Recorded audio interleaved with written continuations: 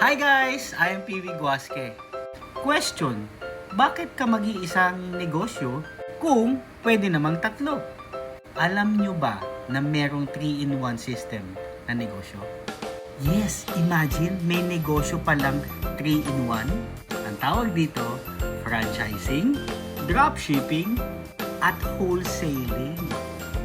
Hindi mo na kailangan ma-stress, hindi mo na kailangan mag-isip kasi built-in na yung system. Gusto mo bang malaman at gusto mo bang makita kung paano ito gumagana?